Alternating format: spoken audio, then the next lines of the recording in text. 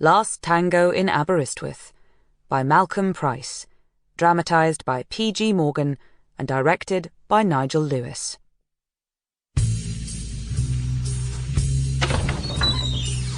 Valentine. Yes, Mr. Griffith, sir. You see that case by the door? Yes, Mr. Griffith, sir. You know what sort of case it is? Yes, sir. Then you know how important it is. Yes, I do. And you know who to deliver it to. To the Raven, sir. Precisely. Now, on your way. I'm going, sir. Oh, and Valentine? Yes, sir? Don't screw. The name's Knight. Louie Knight. Aberystwyth's best and only private detective.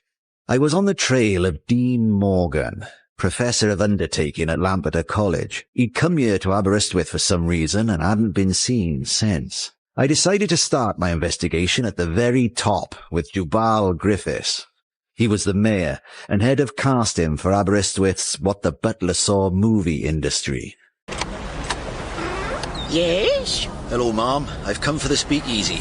Sorry, sir. Members only. Not so fast. Get your foot out of the door! Tell Jubal I'm here to talk about Dean Morgan. You can't come in! Tell him Judy Juice sent me. Judy Juice? That's right. She's got a message for old Jubal. Oh, then you'd better come in. It was rumoured that Judy Juice was the one girl in town that Jubal wanted but couldn't have. Inside, the party was in full swing. Girls in stovepipe hats and not much else wandered around with trays of punch. At the end of the corridor was a study, and inside sat Jubal Griffiths and his minders. He was holding my card gingerly between his two index fingers and contemplating it as if it had just scurried out from under his fridge. Then he tore it into two bits and looked at me myopically through a pair of tortoiseshell spectacles. Mr. Knight.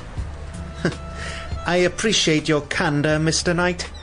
Most of the peepers who sniff around here have a card that says they've come to read the meter. It was a good start, so I smiled at him. That could have been a mistake. Unfortunately, that's the only thing about you I appreciate. Would you care to give me the message you claim to have? No. What? I won't give it to you. But I might exchange it for some information. What sort? Jubal was flanked by two muscle men in rugby shirts. The sort of men with no necks, just extra face. I'm looking for a Dean Morgan. This is the bit where you say you haven't heard of him.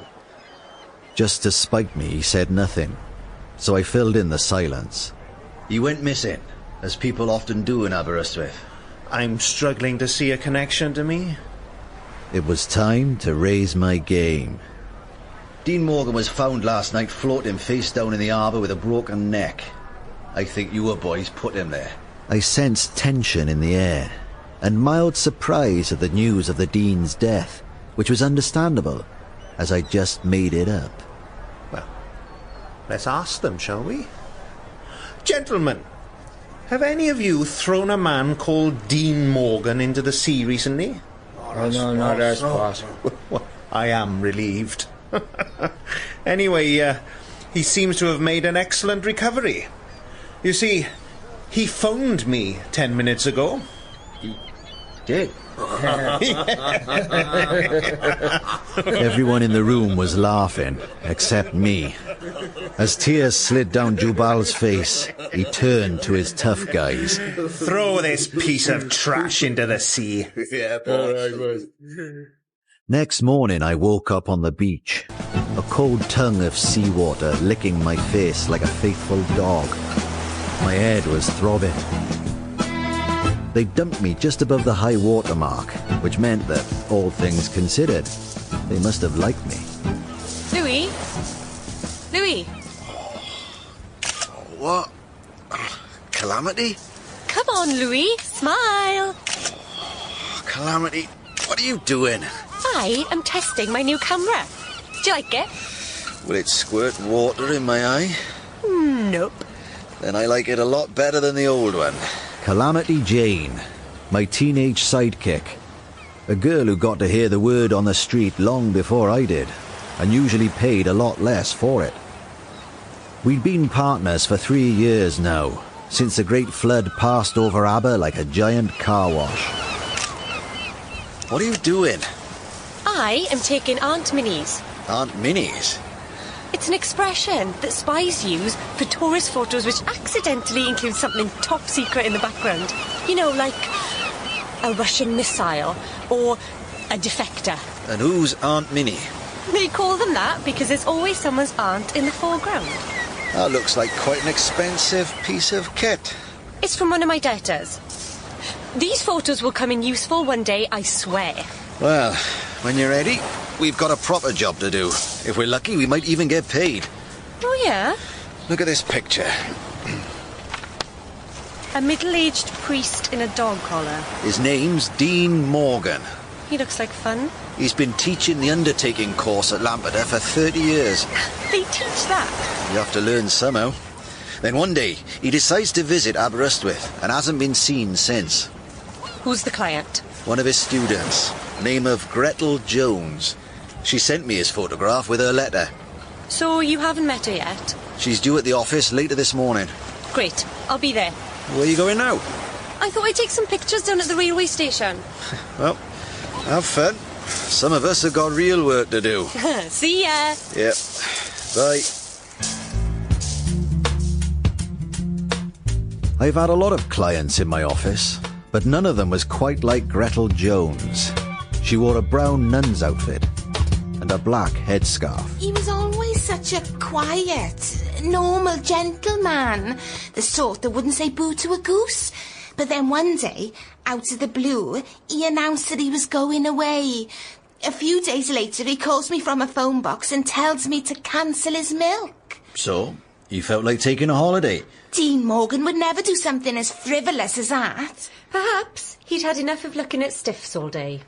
I know all you Aberystwyth folk think we're all ghoulish just because we embalm people, but it's a lot more exciting than you think. Really? Do you know, we all get a cadaver at the beginning of each term to practice on. Right. Now, about the Dean. Anything else we need to know? Well, there was one thing. A week after he left, a strange man came looking for him. A strange for Lampeter or strange for a normal town? What did he look like? Oh, I couldn't see his face because he wore a muffler and a wide-brimmed hat with a black feather in it. And he was wearing a long black trench coat. Interesting. A few days later, the Dean called me again from the Excelsior Hotel. I told him about the man in the coat and he said, "Oh my God, I'm doomed." Any idea why? No. So why did the Dean call you? Because I'm his friend. I do all his laying out. Of corpses? You can't expect the Dean to do that himself, can you? Anyway, he pays me. I mean, how else are you supposed to survive on a grant these days? I made for the Excelsior Hotel, the Dean's last known location. It was one of those crumbling, faded hotels that stood in a gently curving row facing the sea. Inside, the hotel floor creaked like the innards of a wooden ship. I walked past the travelling shawl salesman and the doily traders in the saloon bar and headed for the hotel detective's cubbyhole on the second floor. The door was open, so I walked round the desk and opened the drawer. Inside, there was a sock, a cheese sandwich, and an ice pick. I looked round and found him staring at me. Can I help you? He was dressed in a dirty vest, covered in dried egg. I was, just checking the fire escape. Fire escape, huh? He gave the matter some deep thought, then seemed to come to some sort of realization. The mistake you made was to look for it in the drawer of my desk. We don't keep it there. I've been in this business 20 years now, and in my experience the place to look for the fire escape is outside the window. In fact, that was the first place I tried, but I couldn't see it. That's because we don't have one. We have a special arrangement with the fire brigade, you see. If there's a fire, they come and put a ladder against the wall. That's good to know. OK. Now we sorted the fire escape out. Perhaps you'll tell me if there's anything else I can help you with. Yeah, I'm looking for this man. Dean Morgan. That's nice. You must be a private dick. Well done. I don't remember him. Perhaps a pound coin will sharpen your memory. Ah, I remember him now. It's funny. You're not the first person to ask after the Dean. Is that right? Well, after he checked out, a man in a long black trench coat came looking for him. He had a black feather in his hat. Did the Dean leave a forwarding address? Not strictly speaking. What about speaking unstrictly? He didn't say where he was going, but the funny thing was, he dressed completely differently when he left, like he was in disguise. Once I tell you, you'll guess where he was going. Go on then. This time, I charge by the syllable. How many words is there? Just the one. OK. Surprise me. Then, trill or quest. The ventriloquists hung out at the Seaman's Mission by the harbour, along with the out-of-work clowns and washed-up impresarios. The mission smelt of boiled cabbage and faded dreams. The rooms were full of men shipwrecked by life, veterans of the Patagonian War and monks on the run from Coldy Island. But I was looking for a ventriloquist, and I soon found one. Mr. Marmalade and his dummy, Senor Rodrigo, had a room on the second floor. I listened for a while at the door. Oh, where did the years go, my dear friend? For a while, we held them in our fist, Mr. Marmalade. We held them close to our hearts, we did. Yes, we certainly did. But we couldn't stop them. We couldn't hold them for long.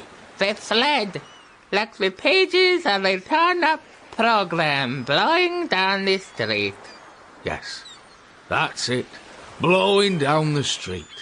Staying in the cold north wind with the shadow of our passing? Oh, the shadow. Yes. Happy days, Mr. Marmalade. We've been through a lot, Senor Rodrigo. Here, have another drink. Cheers! Marmalade was in his shirt and trousers, braces hanging loose by his sides, while Senor Rodrigo was wearing a pair of toreador trousers, and a little matching jacket lay folded over the arm of his chair. The two men were sharing a tin of Spam, although Senor Rodrigo hadn't touched his. Who's there? Who's that? My name's Louie Knight. I'm a private investigator. I don't want to interrupt your party, gentlemen. I'm looking for someone. Here, this picture. Ah, Shush. No, shush. We don't know him. Is he in trouble? He might be. He's a harmless old man who may be mixed up in more than he can handle. I think he may be disguised as a ventriloquist. Ah, an imposter. We don't like them. No, and we don't like private detectives either. Don't tell him about the strange man. Don't tell him about the strange man. What strange man? I don't know what you're talking about now, Senor Rodrigo. It's time for your nap. You remember the man in the long black trench coat with the black feather in his hat? He asked about the case. Quiet. What case? The Dean carried it with him everywhere. Wouldn't let it out of his sight when he was staying here. Senor Rodrigo, that is your last warning. Let the dummy speak. What happened to Dean Morgan?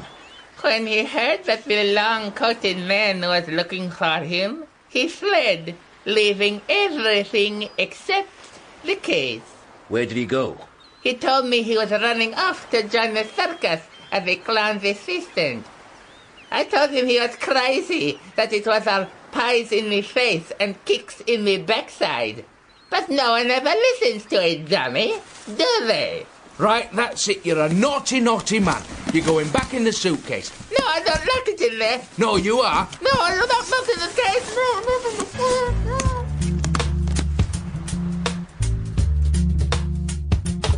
As I walked back down the prom, I saw a familiar figure plodding along the beach with a pack of donkeys. It was my father, Eeyore. Oh, hello, son. Dad, how's it going? All right, I suppose. I had a dream about Esmeralda last night. It still hurts, Louie. I miss her. Eeyore had never got over the fact that Esmeralda's head turned up in my bed one night as a warning from the Druids. Not that he wasn't used to that kind of thing. He was a police officer before he retired to the gentler company of donkeys, and he still had an encyclopedic knowledge of local criminals and their ways. So I asked him if he knew anything about men in ankle-length trench coats with black feathers in their hats. A troubled look came over his face. Oh, I arrested someone like that once. A druid assassin called the Raven. Raven? Yeah, they're a class of special agent. Most of the time they live among us as sleepers. But then, one of them gets activated. They sound grim. Oh, they are. And the worst thing is, once you set one loose, they can't be recalled, not even by the person who set it up. Be very careful, Louie. You don't mess with a Raven. As I walked back to my office, my mind drifted to the lovely Myfanwy Montez. M-Y-F-A-N-W-Y. 7 scarlet letters running through the seaside rock of my heart. Myfanwy was with me that night when I discovered the donkey's head in my bed. Then she broke my heart by running off to a new life in South America with Brainbox, the evil schoolboy genius. My other enemies were long gone. My housekeeper, Mrs. Llantrisant, a.k.a. Gweno Guevara, had been banished to St. Maddox Rock, 15 miles out to sea. Herod Jenkins, my old games master, was last seen falling out of a Lancaster bomber after I whacked him with a cricket bat. My thoughts were disturbed by a commotion ahead. I pushed my way through the crowd to find Mr. Marmalade lying still and silent in the night air. He'd been beaten to death. His little friend lay next to him, fighting for breath. Senor Rodrigo, what happened? We were coming to see you. Suitcase. Who did this to you? The team left it behind. Treadle Trollop. He loved her. In this suitcase.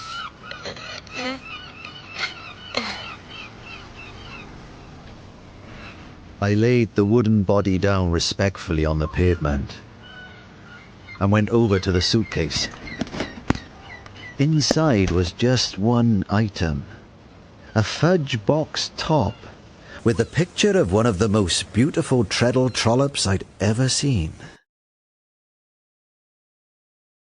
They say that the spinning wheel that Sleeping Beauty pricked her finger on arrived in Aberystwyth around the middle of the 17th century. There are 4 main parts: the wheel, the spindle, the distaff, and the foot pedal, or treadle. A treadle trollop was one of those girls who came from the farms up beyond Talabont. Chancers who didn't know a loom from a broom, but flocked to the lights of Aberystwyth to make it big, modelling on the tops of the fudge boxes they sold to the tourists. In reality, they never got to peddle anything except their young bodies down at the Druid speakeasies on Harbour Row. If they were lucky, they'd get paid to appear in one of Jubal's What the Butler Saw movies, and that was it. Truth is, there wasn't much enchantment around Aberystwyth after the flood. Not many of the people lived happily ever after either, but at least half of them lived, which was a good average for the town in those days. It would be naive to say that Aberystwyth ever had much innocence to lose, but the death of the amazing Mr. Marmalade struck many people as a watershed. Old man kicked to death on the prom? Never thought I'd live to see that, they said. And it made me even more determined to get to the bottom of this case. The next morning, as I was passing the Stick of Rock factory, I stopped to take a deep breath. My nostrils filled with an intense, suffocating sweetness. Millions of pink crystalline rods rose to the ceiling, and in the middle of it all... How many black pools have we got? Get me a couple of 100 more. Calamity. Louie! Are you handling contraband seaside rock? Just skimming off some surplus production. I told you, no more wheeling and dealing. You did. But you can't roll up an empire overnight, Louie. Anyway, I've got some info for you. This had better be good. I was talking with someone down at the pier last night. They said the old sanatorium at Aberystwyth has been bought up by this guy called the Philanthropist. He's conducting all sorts of weird experiments out there. Is that so? Yeah. Listen, soon after he moved in, people started seeing strange creatures in the woods. When they complained, guess what? What? They got a visit from a man in a long black trench coat with a black feather in his cap. Just like the Dean. Good work, Calamity. See you later. My next stop was the spinning wheel shop on Great Darkgate Street. The shop smelt of must and dried cardboard. In the centre of all the bric-a-brac, a spinning wheel stood on a podium. I could see it was something special. The frame was a modern carbon fibre composite with a racing-style aluminium foot grip on the treadle and an alloy hub on the wheel. She's a beauty, that one, sir. Handcrafted titanium distaff. Last forever, that will. That's good. I hate it when they fall apart halfway through. The shopkeeper was about 4 feet tall and clad in a black skirt, blouse, bodice, shawl and fingerless mittens. Is it for yourself, or are you looking for a gift? I was actually looking for a driver. The one on this fudge box cover. I'm afraid we don't sell girls. It's too much trouble feeding them up. What about the wheels she's driving? Cheap. Probably Taiwanese. But the people who take these sort of snaps don't care about that, do they? So what about the girl? What about her? Oh, she's no spinner, that's for sure. Her seating position's all crooked. And the way she's clutching the distaff, you'd think she was... Well, that she was one of those girls you see down at the harbour. OK. Thanks anyway. Oh, would you like a cup of tea? I've just put the cauldron on. No thanks, no. I'm in a hurry. Oh, well, would you like to sign our petition? We're hoping to get Mrs. Lantrisant's sentence reduced. But I'm the one who put her there. I know. But that cold, damp island, it must be giving her all sorts of problems with her joints. I'm sorry, no. I have to go. Oh, maybe next time then. A dead ventriloquist, a treadle trollop, druid assassins, and now a mad scientist in the old sanatorium. Dean Morgan sure left an interesting trail, and now I had to make sense of it all for Gretel, my client. In my experience, clients always know more than they let on, and I didn't think Gretel was an exception. So you haven't found the Dean yet? Funnily enough, no. But I've pieced together a few things. He checked into the Excelsior as a professor and left as a ventriloquist. Then he checked into the Seaman's mission as a ventriloquist and left as a clown. Why? We don't know. One of my sources said there's a lady involved. You're suggesting his disappearance had something to do with a woman? It does happen. Not to Dean Morgan. He's a respectable man. Did he ever show any interest in the ladies? None at all. Not even the bad girl. Who's the bad girl? We don't talk about her. She's a scholarship girl on my course, an orphan. For all I know, her father is a dirty old donkey man like yours, Louie. Oh, sorry. What was she like? A total tart. Tall, with long blonde hair and sexy, I suppose, in a cheap kind of way. Did the Dean fancy her?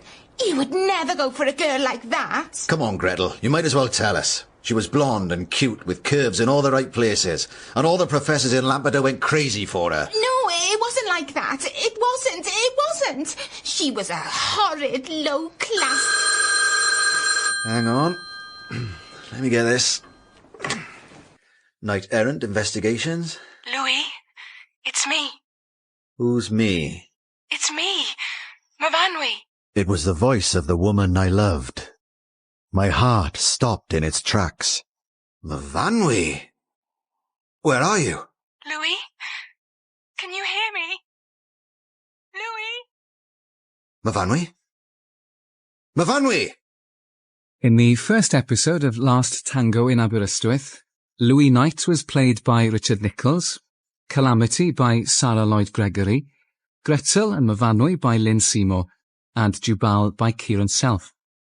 Mr. Marmalade and Eeyore were played by Matthew Gravel, Valentine and the Hotel Detective by Lee Mengo, and the Old Lady and Shopkeeper by Manon Edwards. Other parts were played by members of the cast. It was written by Malcolm Price and dramatised for radio by P.G. Morgan. Last Tango in Aberystwyth is a BBC Cymru Wales production and was directed by Nigel Lewis. BBC Audio presents Part 2 of Last Tango in Aberystwyth.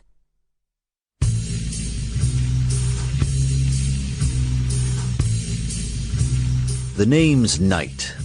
Louie Knight. Aberystwyth's one and only private investigator. Last time we met, I'd had a phone call which turned my heart inside out and upside down. Louie? It's me, Myfanwy. Myfanwy Montez. My beautiful Myfanwy, who broke my heart and ran away to South America with Brainbox, the evil schoolboy genius. What did she want with me? And after all this time, why now? But there was no time to dwell on the past. I was in the middle of a new investigation. I was looking for Dean Morgan. He was a professor at Lampeter's Faculty of Undertaking, until he came here to Aberystwyth. So far, I'd worked out a few things about the Dean. He'd been seen obsessively guarding a suitcase. He was being pursued by a raven, a druid assassin, and now he had vanished.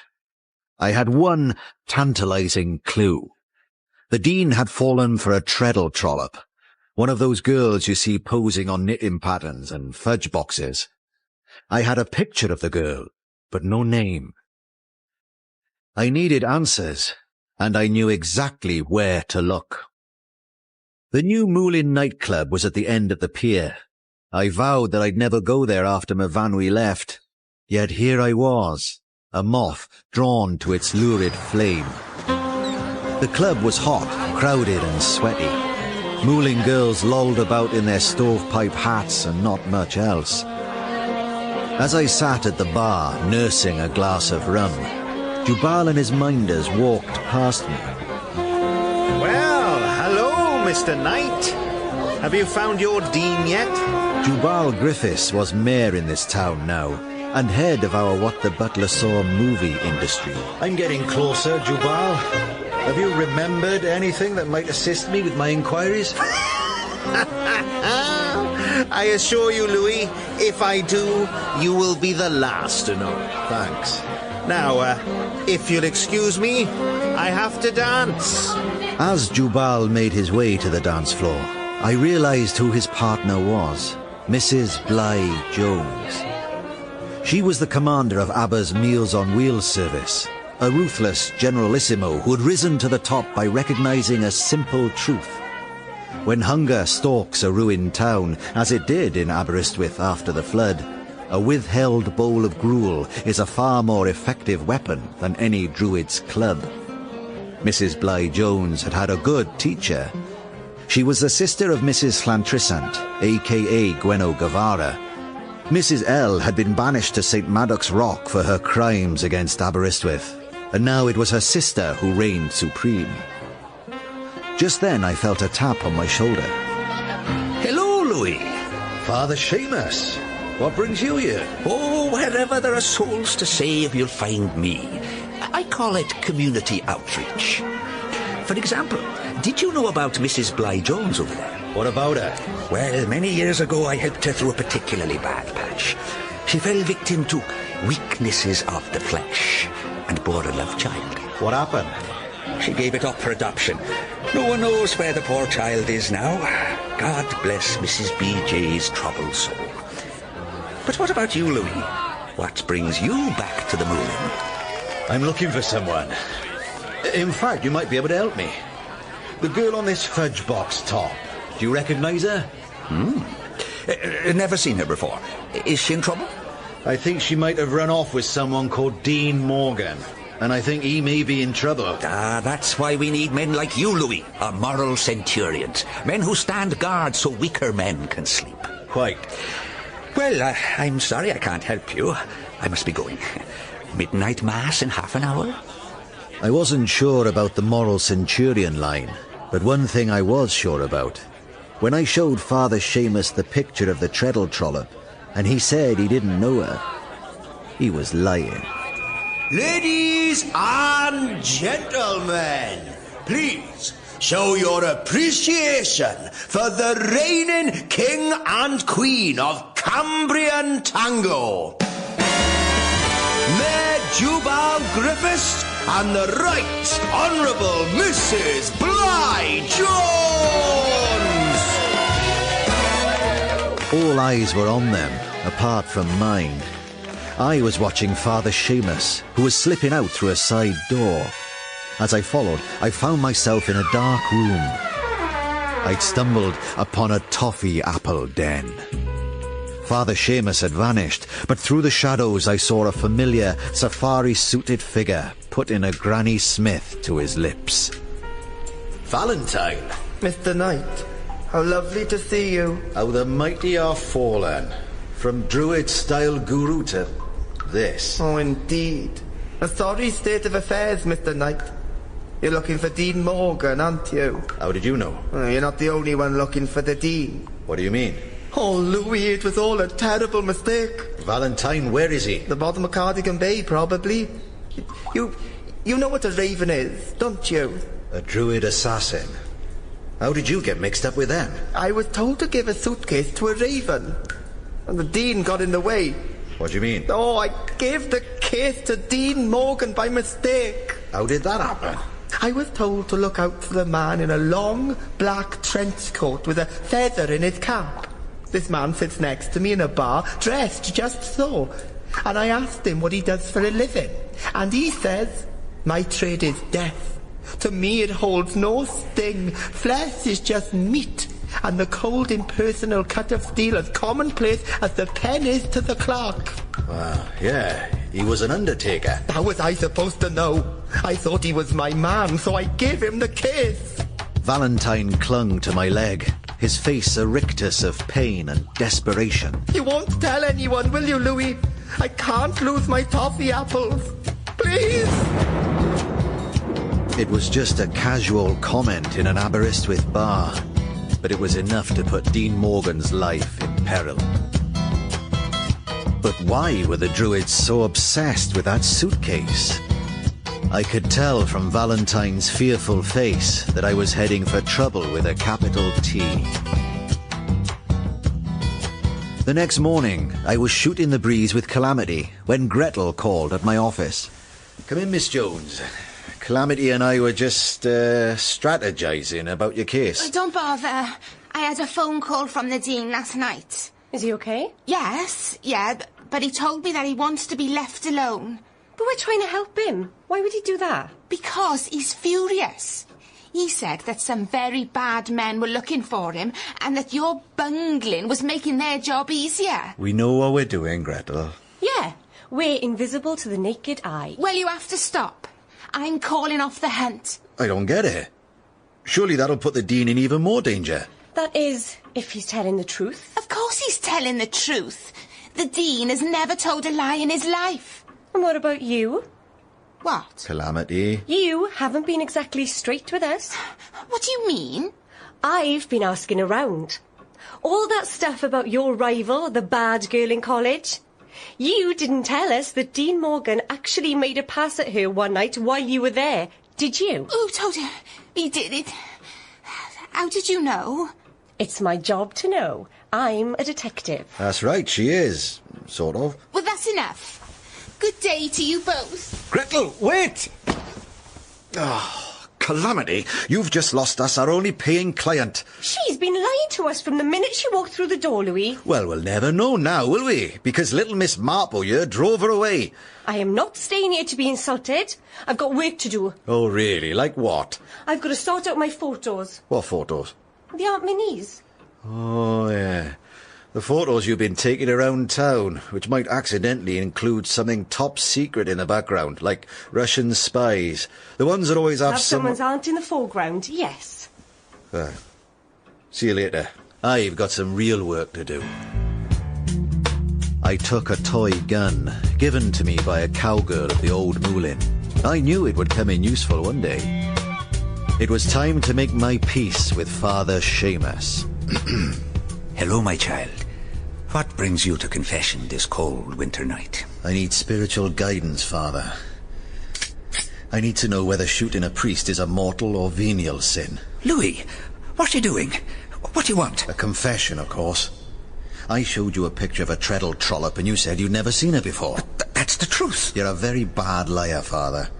Now answer the question, or I'll shoot you. Have you gone mad? Yes, I have. Come on. Who is the girl in the picture on the fudge box top? You promise this won't go any further?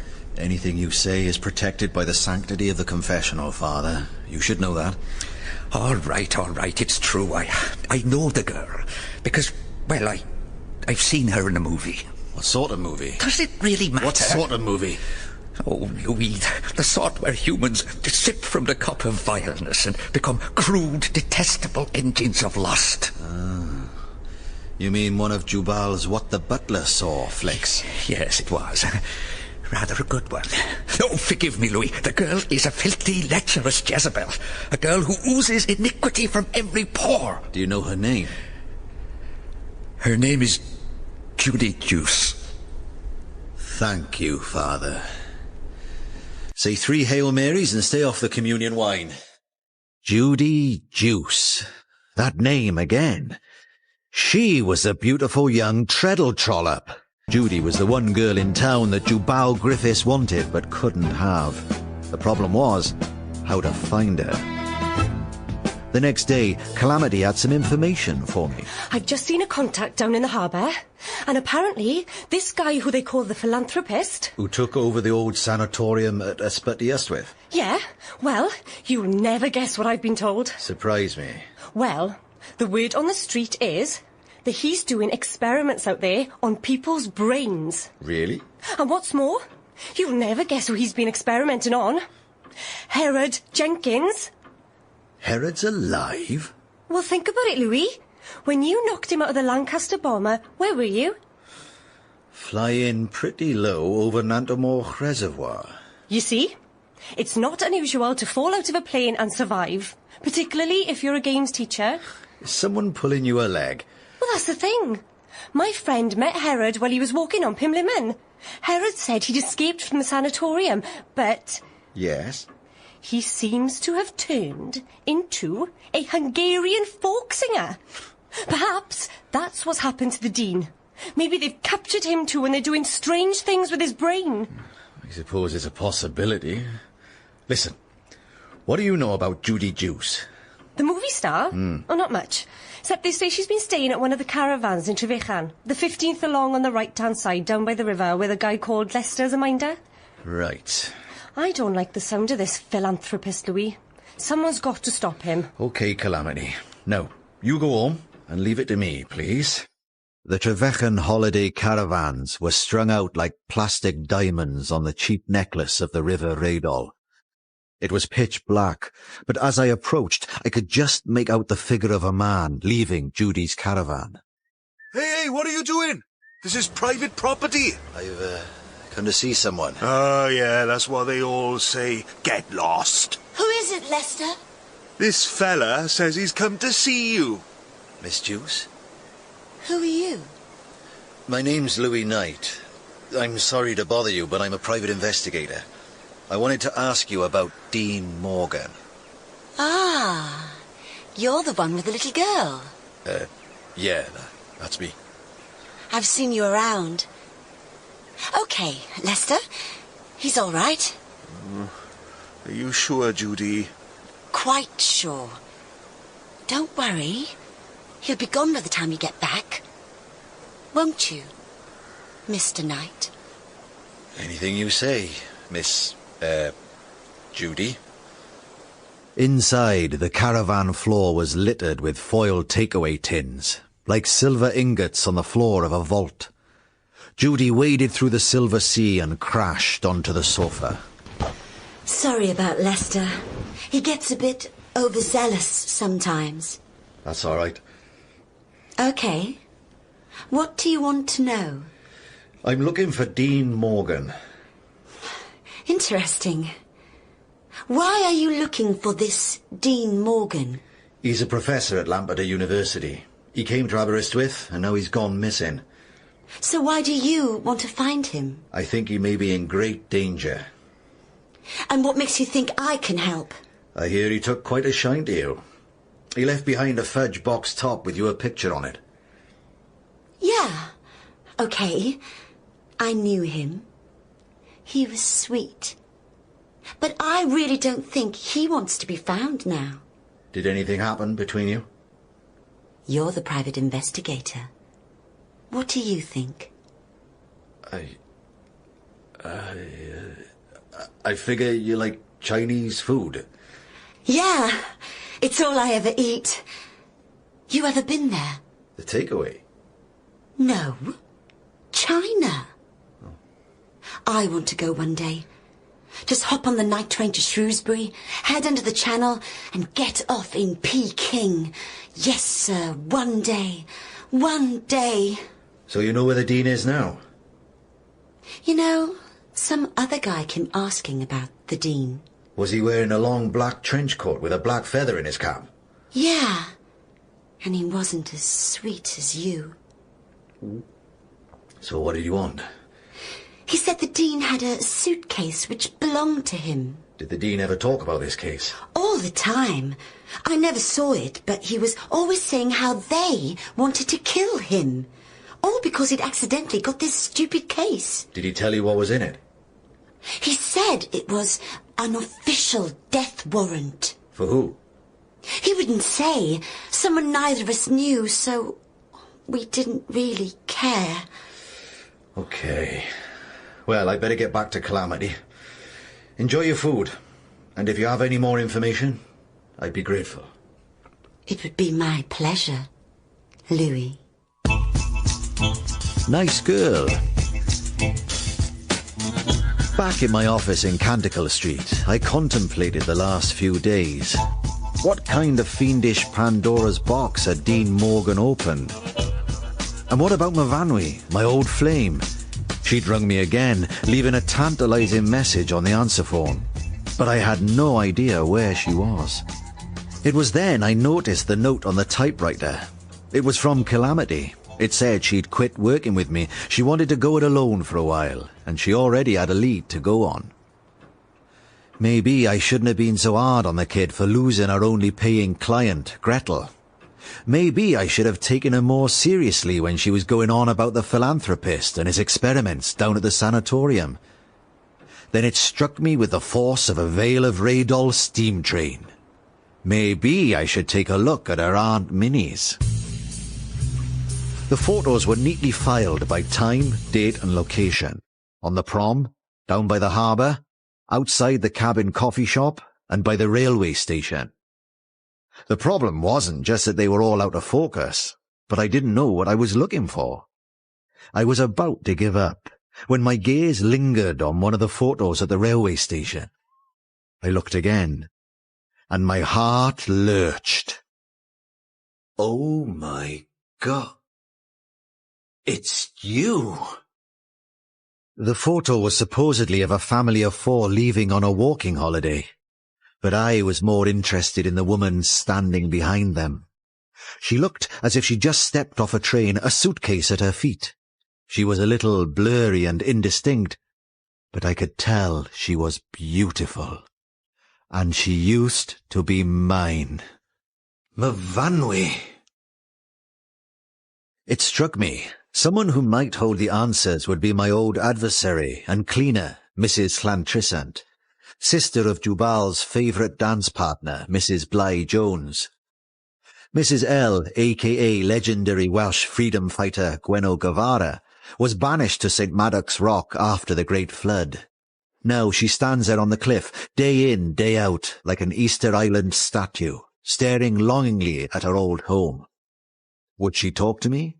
The obvious answer was never in a million years, but maybe today was the 1,000,001st. As I approached the island, I saw that familiar silhouette at the cliff's edge, grim and motionless, the face of a trained killer. I had to admire her willpower, to stand there impassively like a heron and never flinch. That was true self-discipline.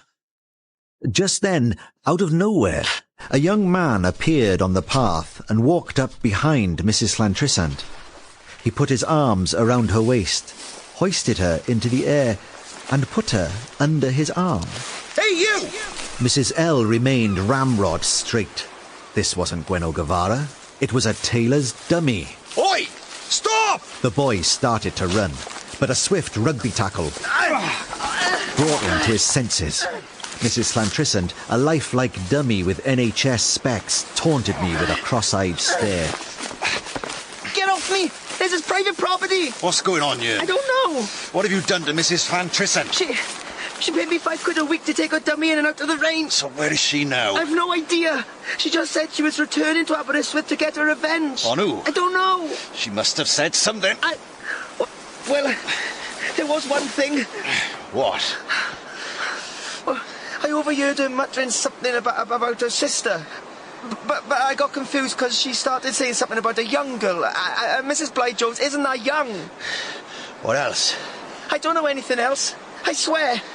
I swear. There must be something. No, I swear. I couldn't be too hard on him. He was terrified and seemed pretty confused. Poor kid. At the end of the day, he was just a pawn in the dark chess game that was Aberystwyth. But this was chilling news. Was it Mrs. Llantrisant who was activating the Ravens to do their deadly work? And whose name was on the death warrant in the suitcase that Dean Morgan had so unfortunately acquired? When I got back to shore, there was another unpleasant surprise waiting for me. A crowd of people were standing behind some police incident tape. A familiar figure cut through the crowd.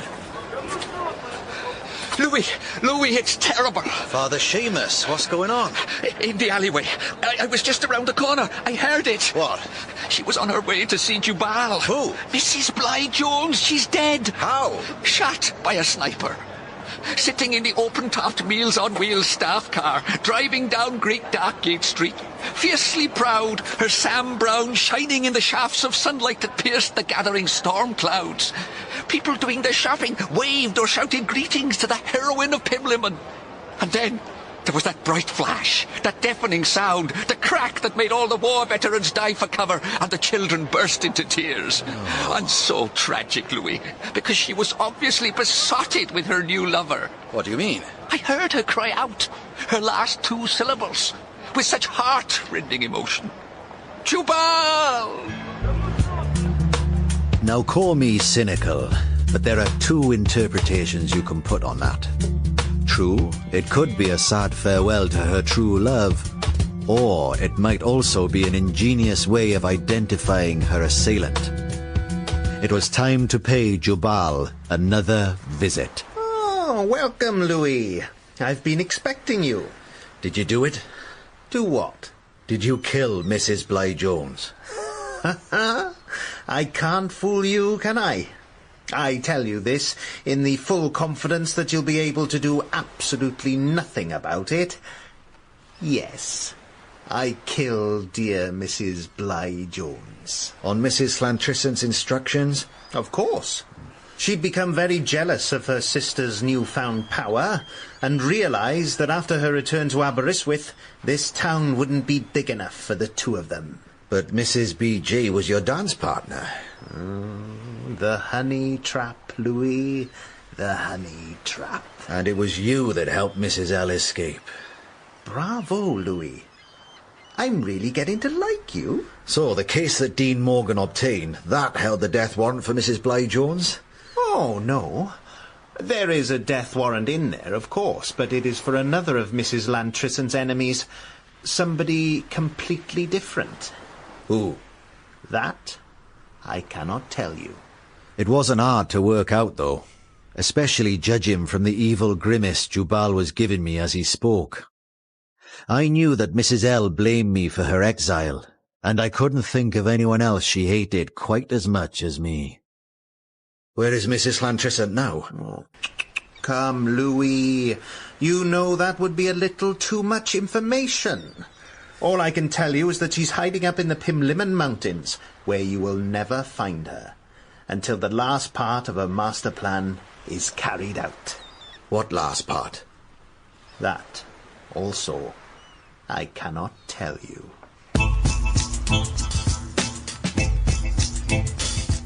I wasn't going to get anything more out of Jubal, so I returned to my office to see if there was any news from Calamity. Judy Juice was waiting to see me. She looked desperate and out of breath. Louie, I must talk to you. Hey, take it easy. What is it? The Dean told me. You've seen him? Yes, I've seen him. Is he okay? He's safe and fine, but he told me the name on the death warrant. I could tell that Judy was reluctant to utter the next few words, so I thought I'd put her out of her misery. You don't have to say it, Judy. It's okay. I know it's me. I'm the Raven's next victim. No, Louie, it's not you. It's Calamity. In the second episode of Last Tango in Aberystwyth, Louie Knight was played by Richard Nichols, Calamity by Sarah Lloyd Gregory, Gretel and Myfanwy by Lynn Seymour, and Judy Juice by Siwan Morris. Jubal and Lester were played by Kieran Self, Valentine by Lee Mengo, and Father Seamus by Richard Mitchley. Other parts were played by members of the cast. It was written by Malcolm Price and dramatised for radio by P.G. Morgan. Last Tango in Aberystwyth is a BBC Cymru Wales production and was directed by Nigel Lewis. BBC Audio presents the final part of Last Tango in Aberystwyth.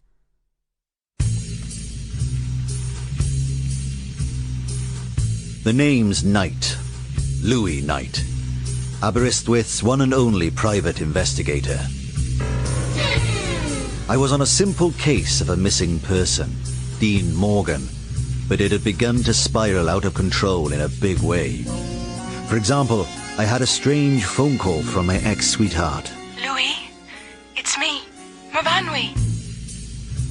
I assumed she was calling from South America, where she'd run off to with the evil schoolboy genius Brainbox. But then I saw her face in one of Calamity's photographs taken recently in Aberystwyth.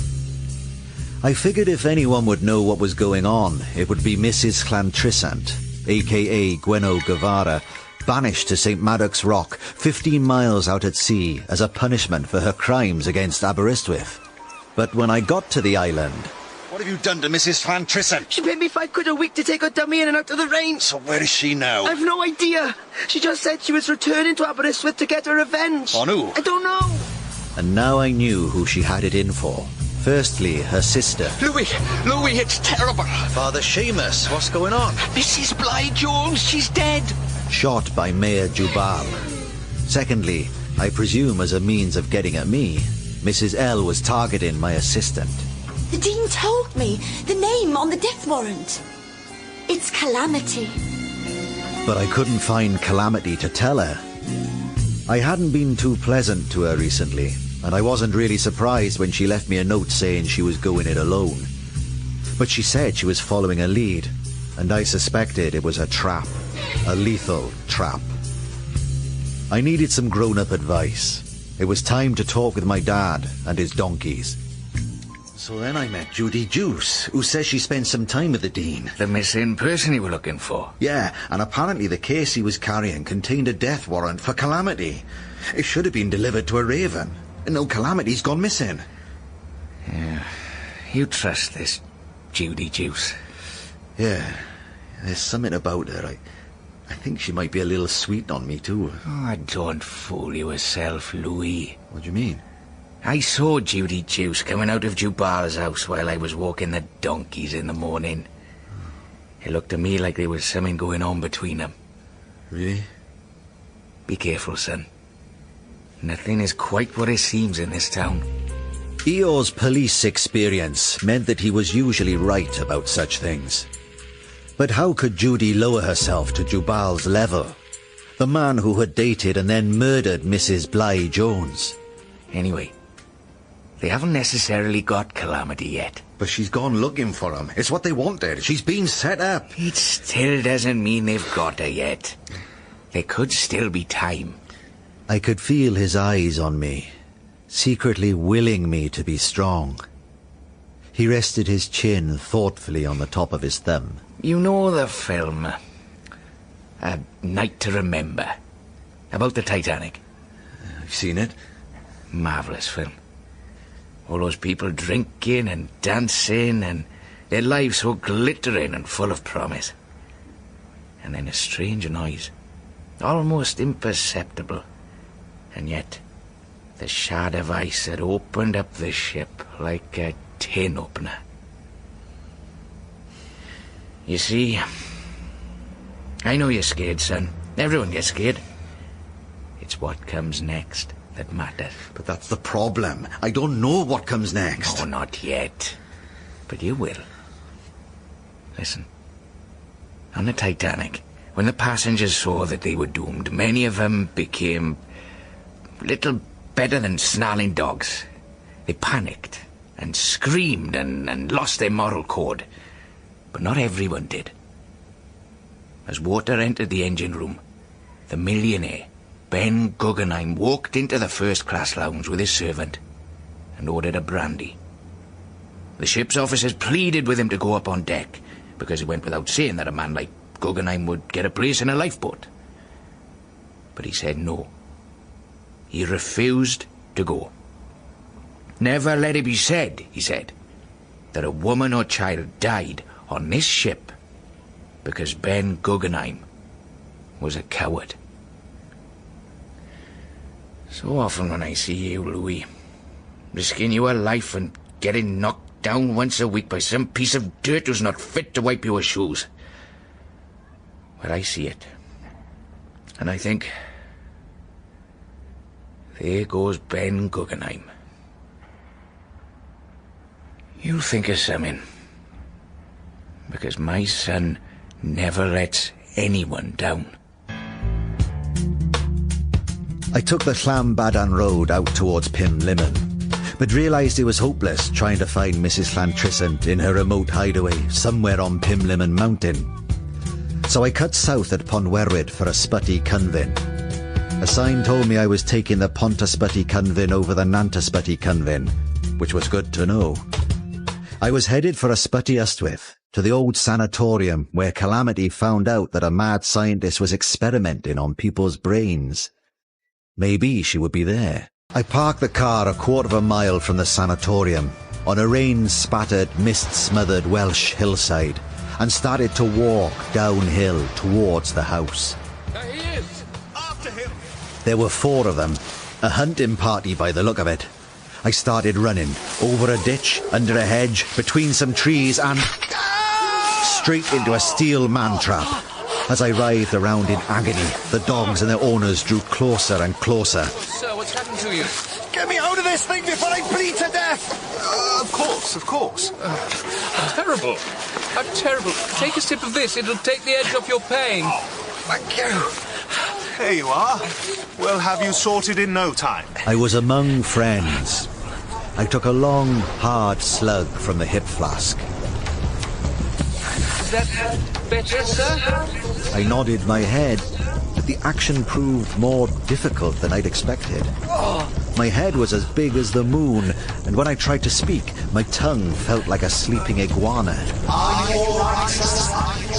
I tried to grab my benefactor, but my hand wouldn't move.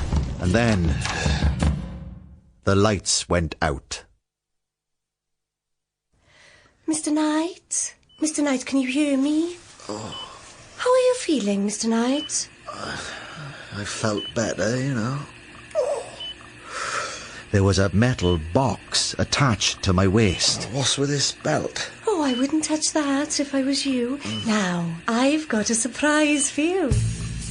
The nurse led me through damp, mouldy corridors towards a wood-panelled room. At last I was to meet the philanthropist. He was sitting in an electric wheelchair. Even in my dazed state, I had no trouble seeing who he was. My old adversary, the Cambrian Mozart, the Celtic Caligula, the locust-sized schoolboy genius known as Die Brainbox. Ah, Louie. Where's Movanwi? And what have you done with Calamity? All in good time, Louie. First, I just want to quash any silly ideas you may have about escaping. Nurse Bonsall, would you be so kind? The nurse pulled out another belt, identical to mine, and laid it on a metal tray. Then she placed a chicken drumstick on the tray. Now watch. Oh my... Get the idea? Do anything at all to upset me, Louie, and the belt around your waist will deliver an electric shock of 10,000 volts straight to your kidneys. Okay, I get it. Good. Where's Movanwi, and what have you done with Calamity? Oh, your little assistant. That's Mrs. Lantrison's concern.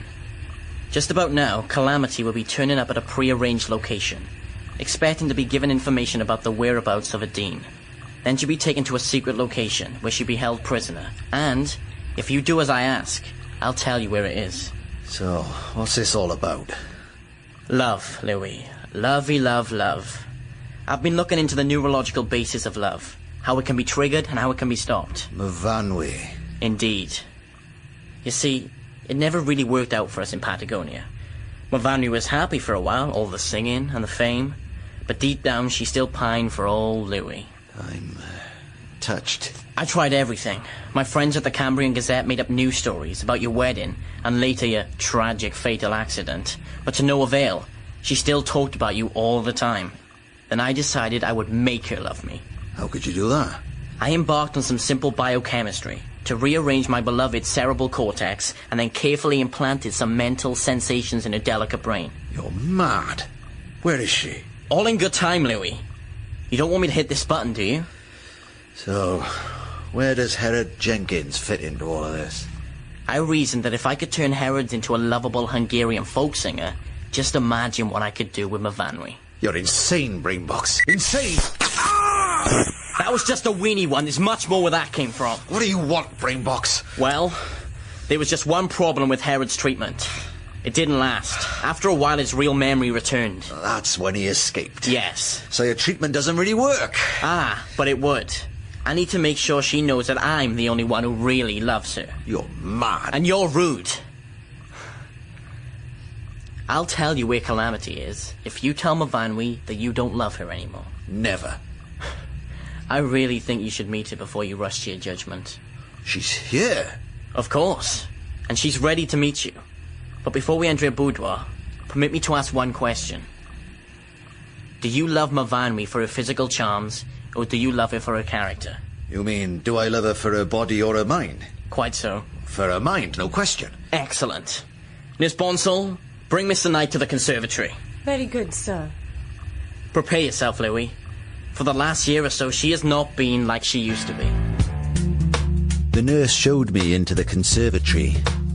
In one corner was a large electronic console covered with flashing lights.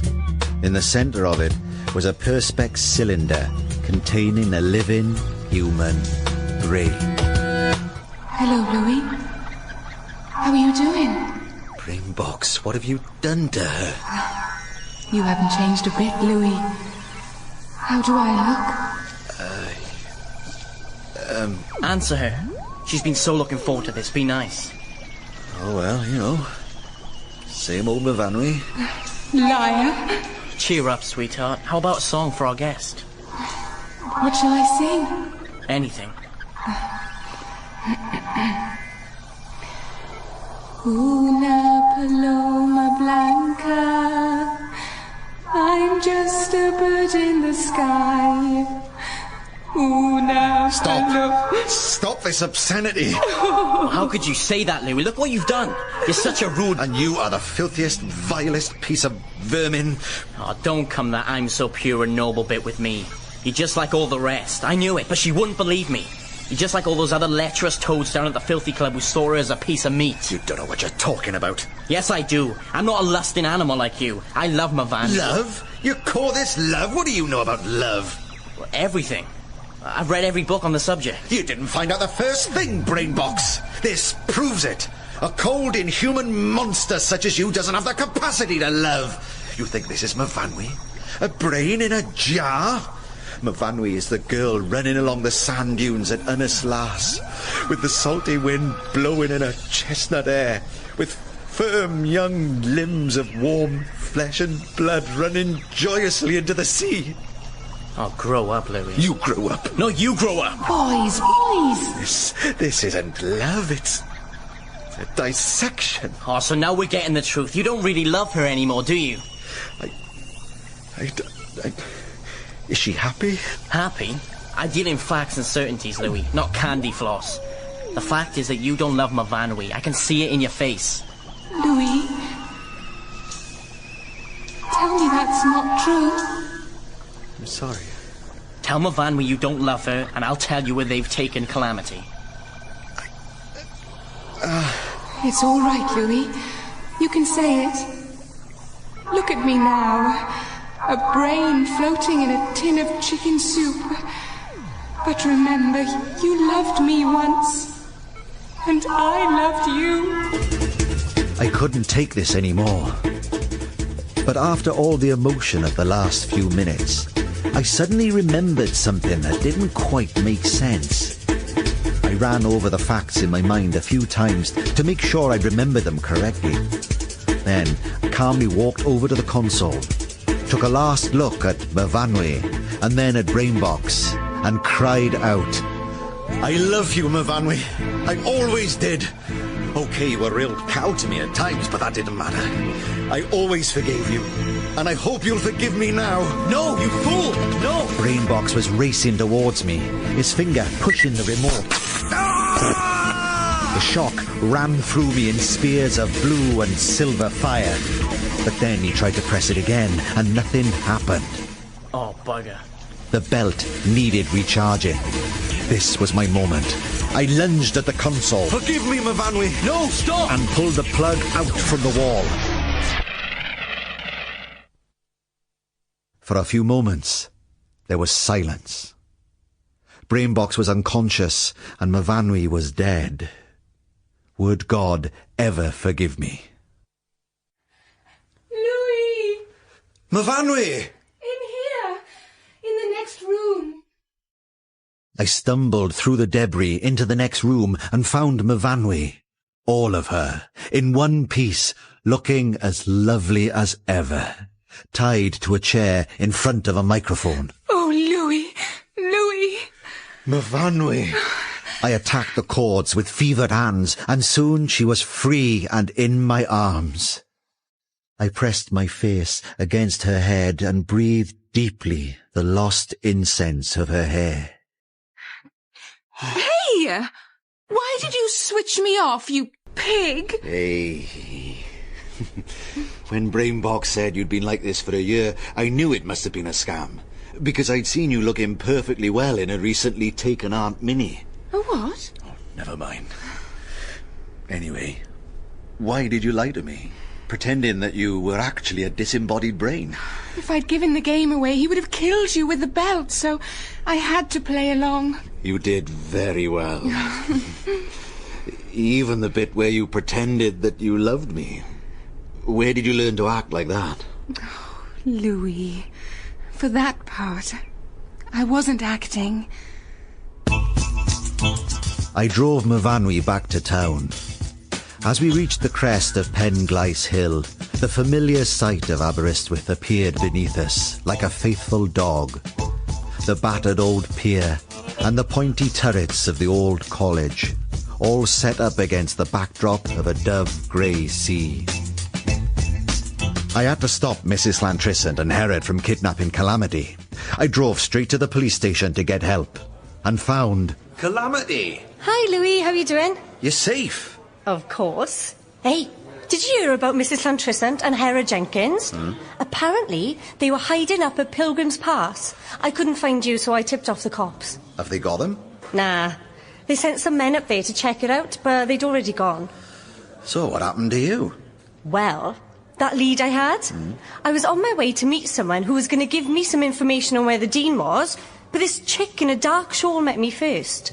said she knew about me and the meeting and that it was a trap. She told me all about Mrs. L and Herod and explained what they were going to do. Scary. So I didn't go. Thank goodness. But who was she? I have no idea. But I did.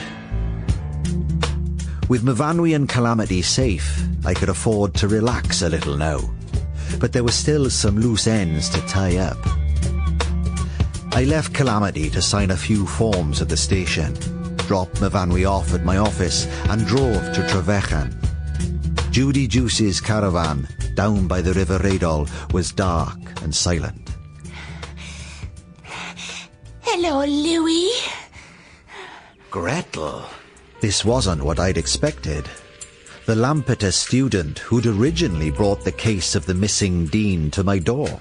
What are you doing here? I came to kill Judy. I heard she was living here with Dean Morgan. I wanted to teach her to keep her filthy paws off my man, but she was too quick for me. Now you'll do. It was then I noticed in the gloom the glint of a gun pointing at me. Gretel, put the gun down. You and Calamity, you're all as bad as her. All as bad as the bad girl. Judy Juice was the bad girl. Need to teach you a lesson. Oh. Gretel fell to the floor. In her back was the handle of a carving knife, on which was written, "Come to sunny Aberystwyth." As I left the caravan, the familiar form of Judy's minder appeared. In the moonlight, I saw his face bore an uncanny resemblance to the photo of Dean Morgan that Gretel had given me. Lester? I guess there's no point in pretending anymore. Now that Gretel and Judy are gone, I am Dean Morgan. You the Dean? Yeah. I was right under everyone's nose all the time. So what happened to you? Oh, I was just returning with 2 portions of crispy duck and a chicken fried rice when I heard a scuffle. It seemed Gretel was about to fire, but the gun jammed, and Judy managed to overpower her. Where's Judy now? She's on her way to China. A place where she won't be reminded of her mother's death. Hold on, I thought Judy was an orphan. Well, she did too, until she came to Aberystwyth. Oh, Louie, it's so cruel. To finally discover your long-lost mother, only to see her gunned down in the street. Judy's mother was Mrs. Blythe Jones. She was. And now she's gone. All that Judy and I wanted to do was escape together. But then Gretel got you involved and things got complicated. What will you do now? I'm going to hand myself in. I'll take the rap for killing Gretel. It'll give Judy a better chance of getting out the country. Good night, Mr. Knight. I left Dean Morgan by the caravan, a broken man. His simple plan to escape from Lampeter with Judy Juice had gone terribly wrong, and now he was facing a murder rap. But that was how things went in this town. The last train left at midnight. I figured if I drove fast, I'd just make it in time. I bought a platform ticket and ran towards a girl in a dark shawl, pulling a small suitcase behind her. Judy! I reached her as she took a step up into the compartment. She stopped and turned. 1 foot still in Aberystwyth, 1 foot in another world. Ah, Louie. I so nearly made it. Gretel. Is she dead? Yes. I suppose I should pretend to be sorry. The Dean says he did it. Oh, he always was a fool. A guard walked up the platform, slamming the doors, holding a flag at the ready. He must have thought you were worth it. I picked up her suitcase and put it inside the train. Oh, you're sweet. I'm sorry I didn't meet you before. Thanks for warning Calamity. She told you. She didn't know it was you. Forget it. It was nothing. It was everything. She's a nice kid. You take care of her. I took the crook of her arm and helped her up, then closed the door. She slid the window down and leaned out. You're really going to let me go? I did kill her, you know? I know. And you're going to let the Dean take the punishment? As far as I'm concerned, only 3 people really know what happened in that caravan. And one of them is dead. Why are you doing all this for me? I reached for her hand on the window ledge and squeezed it gently. Let's say it's something I learned from Ben Guggenheim. She leaned forward and kissed me. He sounds like a nice guy. I'll look out for him. The train jolted and then pulled out, slowly, then rapidly picking up speed. I stood there on the empty platform and thought about her, Judy Juice, the bad girl who saved Calamity's life, and said it was nothing. But I knew how far from being nothing it was.